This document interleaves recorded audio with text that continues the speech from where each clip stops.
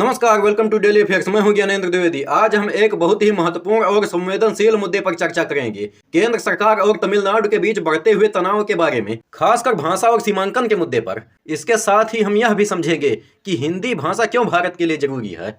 तो दोस्तों, तमिलनाडु और केंद्र सरकार के बीच एक पुरानी असहमत चली आ रही है, जो खासकर हिंदी भाषा के मुद्दे को लेकर है। तमिलनाडु में हिंदी को लेकर विरोध की लहर कभी भी शांत नहीं हुई है। यहाँ की जनता का मानना है कि हिंदी को थोपा जाना उनकी सांस्कृतिक और भाषाई पहचान को खतरे में डाल सकता है। और तमिलनाडु के लिए तमिल भाषा और संस्कृति राज्य की पहचान है और ये उनकी आत्मा का हिस्सा है। साथियों, जब केंद्र सरकार ने हिंदी को तीसरी भाषा के रूप में अनिवार्य करने का प्रस्ताव दिया तो राज्य में भारी विरोध हुआ और वहाँ के लोगों ने यह महसूस किया कि हिंदी को अनिवार्य भाषा बनाना उनकी अपनी मातृभाषा को हाशिए पर डाल सकता है। साथियों, अगर हम इतिहास की तरफ जाएं तो इतिहास में भी जब 1960 में केंद्र ने हिंदी को अनिवार्य भाषा बनाने की कोशिश की थी, तब तमिलनाडु में बड़े पैमाने पर इसका विरोध हुआ था। तमिलनाडु के लोगों का मानना है कि हिंदी भाषा का बढ़ता प्रभाव राज्य की सांस्कृतिक पहचान को कमजोर कर सकता है। और दूसरा मुद्दा है सीमांकन का। अब सीमांकन आयोग का मुद्दा भी तमिलनाडु के लिए एक बड़ा चिंता का विषय बन गया है। सीमांकन का मतलब है चुनाव क्षेत्रों का पुनर्निर्धारण जनसंख्या के आधार पर।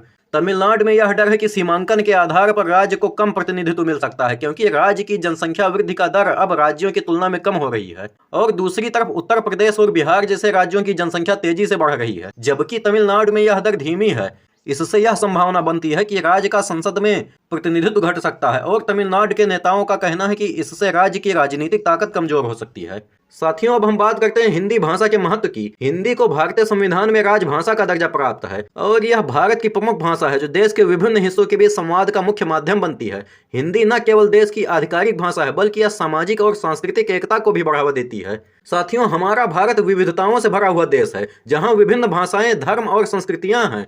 ऐसे में हिंदी का महत्व और भी बढ़ जाता है, क्योंकि यह एकता का प्रतीक बनती है। हिंदी को एक सामान्य भाषा के रूप में स्वीकारने से विभिन्न क्षेत्र के लोग आपस में बेहतर संवाद कर सकते हैं, चाहे वे तमिलनाडु के हों या उत्तर भारत के हों। और दूसरी तरफ हमारे हिंदी भाषा को भारत में एकता की भाषा माना जाता है। यह देश के अलग अलग हिस्सों को जोड़ने का काम करती है, खासकर उन क्षेत्रों को जहां हिंदी बोली जाती है। यह भाषा लोगों के बीच सामाजिक समरसता को बढ़ावा देती है और भारत के विभिन्न समुदायों को एक मंच पर लाती है। जब आप हिंदी बोलते हैं तो देश के अधिकांश हिस्सों में आपको समझने वाले लोग मिल जाएंगे। उत्तर भारत, मध्य भारत और पश्चिम भारत में हिंदी का व्यापक प्रयोग है और यह एक ऐसा माध्यम है जो विभिन्न क्षेत्रों के लोगों को जोड़ता है। साथियों, हिंदी सिर्फ एक भाषा नहीं बल्कि भारतीय संस्कृति की सभ्यता का हिस्सा है। हिंदी साहित्य, फिल्मों, संगीत और कला का महत्वपूर्ण हिस्सा बन चुकी है।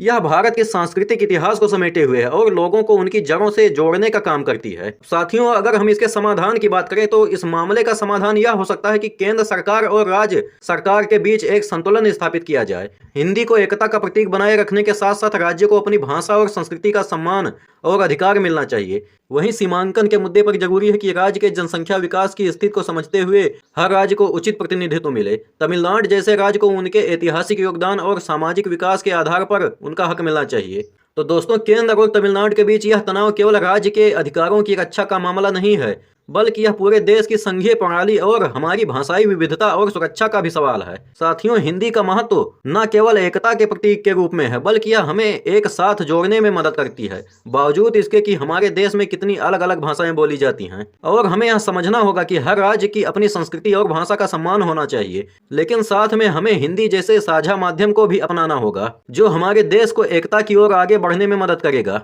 तो साथियों, इस मुद्दे पर आपकी क्या राय है? क्या आपको लगता है कि हिंदी को और अधिक महत्वपूर्ण बनाकर हमें राज्यों की भाषाओं का सम्मान भी सुनिश्चित करना चाहिए? अपनी राय कमेंट में जरूर बताएं। जय हिंद।